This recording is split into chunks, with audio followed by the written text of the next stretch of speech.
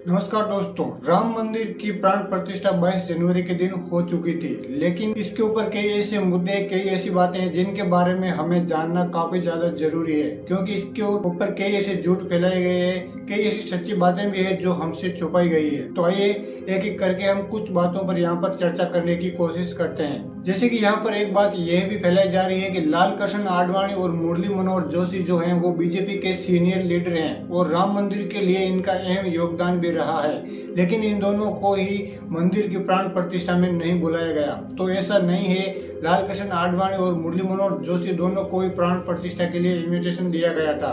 लेकिन जब हमने इस बात की छानबीन की तो पता चला कि लाल कृष्ण आडवाणी को उनकी एज को कंसिडर करते हुए, उनकी एज को देखते हुए मंदिर में नहीं आने के लिए कहा गया था। हालांकि उनको न्योता मिला, लेकिन ज्यादा भीड़ भाड़ और उनकी एज को देखते हुए उनको मंदिर में 22 तारीख को नहीं आने के लिए कहा था। इसके अलावा यहाँ पर कई बॉलीवुड सेलिब्रिटी को भी आपने देखा होगा जो इस मंदिर के प्राण प्रतिष्ठा में शामिल होने के लिए आए थे। मुकेश अंबानी जैसे बड़े बड़े बिजनेसमैन भी यहाँ पर देखे गए थे। हर किसी को यहाँ पर आने के लिए इन्विटेशन दिया गया था, किसी को स्पेशल इन्विटेशन मिला, लेकिन देश में हर एक इंसान को यहाँ पर मंदिर के लिए इन्विटेशन मिला था। यहाँ पर काफी बड़ी पॉलिटिकल भी खेली गई, सभी पॉलिटिकल बड़े बड़े लीडर्स को यहाँ पर आने के लिए इन्विटेशन मिला था, लेकिन कांग्रेस का कोई भी बड़ा लीडर यहाँ पर शामिल होने के लिए नहीं आया था। उनका मानना था कि मंदिर का जब तक निर्माण पूरा नहीं होता तब तक मंदिर की प्राण प्रतिष्ठा नहीं हो सकती। इसी को देखते हुए वे इस मंदिर की प्राण प्रतिष्ठा में शामिल होने के लिए भी नहीं आए थे। उद्धव ठाकरे को भी यहाँ पर 2 दिन पहले इन्विटेशन मिला था और उन्होंने ये कहकर इसको ठुकरा दिया था कि मैं अयोध्या पहले भी कई बार जा चुका हूँ और आगे भी भविष्य में जाता रहूंगा, लेकिन 22 तारीख की प्राण प्रतिष्ठा में वो शामिल होने के लिए नहीं आए थे। कांग्रेस पार्टी के लीडर्स ने यहाँ पर बताया था कि मंदिर की प्राण प्रतिष्ठा मंदिर का कार्य पूरा होने के बिना नहीं हो सकता। यहाँ पर बीजेपी पूरी की पूरी पॉलिटिकल कर रही है, राम के नाम पर राजनीति चल रही है।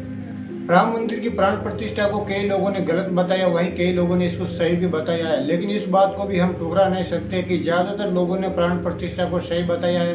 सिर्फ भारत ही नहीं, पाकिस्तान, अमेरिका और दूसरे कई देशों से प्राण प्रतिष्ठा को लोग लाइव देख रहे थे और वहां पर भी वो बड़े उत्साह से इस उत्सव को मना रहे थे जैसे कि दिवाली आ गई है। पाकिस्तान में भी दोस्तों टीवी पर लोग इस प्रसारण को लाइव देख रहे थे। इससे बड़ी बात और क्या हो सकती है। यहाँ पर एक बड़ी बात ये आती है कि भारत के 4 शंकराचार्य हैं, वो भी इस इवेंट में शामिल होने के लिए नहीं आए थे।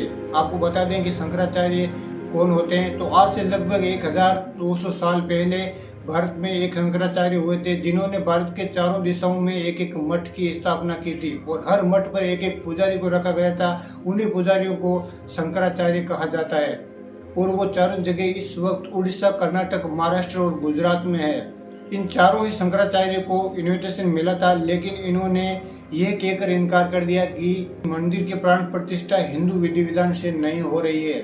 उत्तराखंड के शंकराचार्य ने बताया कि मंदिर को भगवान का शरीर माना जाता है। मंदिर का जो गुम्बद होता है वो भगवान की आंखें होती है। मंदिर के ऊपर जो कलश होता है वो भगवान का सर होता है। जो मंदिर के ऊपर झंडा लगा हुआ होता है वो भगवान के बाल होते हैं। तो इन सब के बिना मंदिर अधूरा होता है और जिसके ना सर हो, ना आंखें हो, ना बाल हो, उसकी प्राण प्रतिष्ठा कैसे हो सकती है। ये बात उत्तराखंड के एक शंकराचार्य ने बताई थी। लेकिन इस कारण से उन शंकराचार्यों को कई चुनौतियों का भी सामना करना पड़ा। उनको कई लोगों ने ट्रोल भी किया सोशल मीडिया पर। यहाँ तक कि लोगों ने यह भी कह दिया था कि इन्होंने 5 लाख रुपए लिए थे इस इवेंट को अटेंड नहीं करने के लिए। लेकिन बाद में एक इंटरव्यू के दौरान, एक वीडियो के दौरान उन शंकराचार्य ने इस बात को झुठलाया था कि मैंने किसी से कोई पैसे नहीं लिया था, अगर लिया है तो मुझे सबूत बताओ।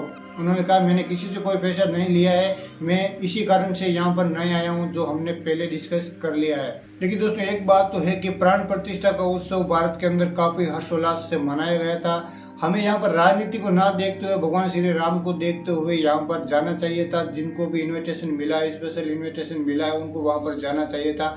भगवान राम मर्यादा पुरुषोत्तम थे जिनका अगर हम पद चिन्हों पर चलने की कोशिश भी करें तो भी काफी अच्छा होता है। आपको पता होगा कि रामायण में लिखा हुआ है कि कैकेयी को जब पता चला कि भगवान राम को अयोध्या का राज मिलने वाला है तब उन्होंने अपने पति दशरथ से कहकर राम को 14 साल के लिए वनवास के लिए भेज दिया था। उन्होंने कहा था कि मेरे पुत्र भरत को अयोध्या का राज मिलना चाहिए, भरत को राजा बनना होगा और राम को 14 साल के लिए वनवास जाना होगा।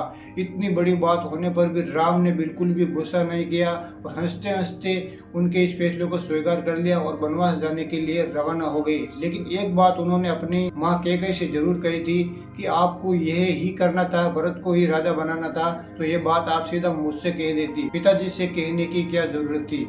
और उन्होंने हंसते हंसते इस बात को स्वीकार किया और 14 सालों के लिए वे वनवास के लिए चले गए। तो दोस्तों ये एक बहुत बड़ी बात होती है जिस राजा को पूरी दुनिया का राज मिलने वाला होता है। आपको पता होगा कि अयोध्या का राज कोई छोटा बड़ा राज नहीं था, बहुत ही बड़ा राज था, बहुत ही बड़ा शासन था। इतना बड़ा शासन मिलने वाला हो और एक सौतेली माँ अपने बेटे को वो राजा बनाना चाहती है तो यहाँ पर काफी बड़ी बगावत भी हो सकती थी। राम चाहते तो कैकेयी की बात ना मानकर राजा बन सकते थे, क्योंकि राम को अयोध्या की प्रजा बहुत ज्यादा चाहती थी। वो जो राम बोलते वो लोग करने के लिए तैयार थे, लेकिन राम ने ऐसा नहीं किया था।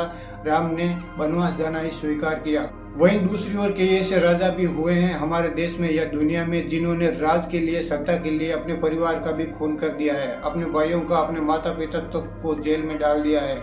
तो एक तरफ राम है जिन्होंने हंसते हंसते अपनी सत्ता को त्याग दिया, दूसरी तरफ ऐसे भी नेता, ऐसे भी राजा हुए हैं जिन्होंने कुछ भी नहीं सोचा सत्ता के सामने। राम ने कहा था कि मुझे सत्ता की भूख नहीं है, अगर सत्ता की भूख होती तो मैं राजा बन जाता।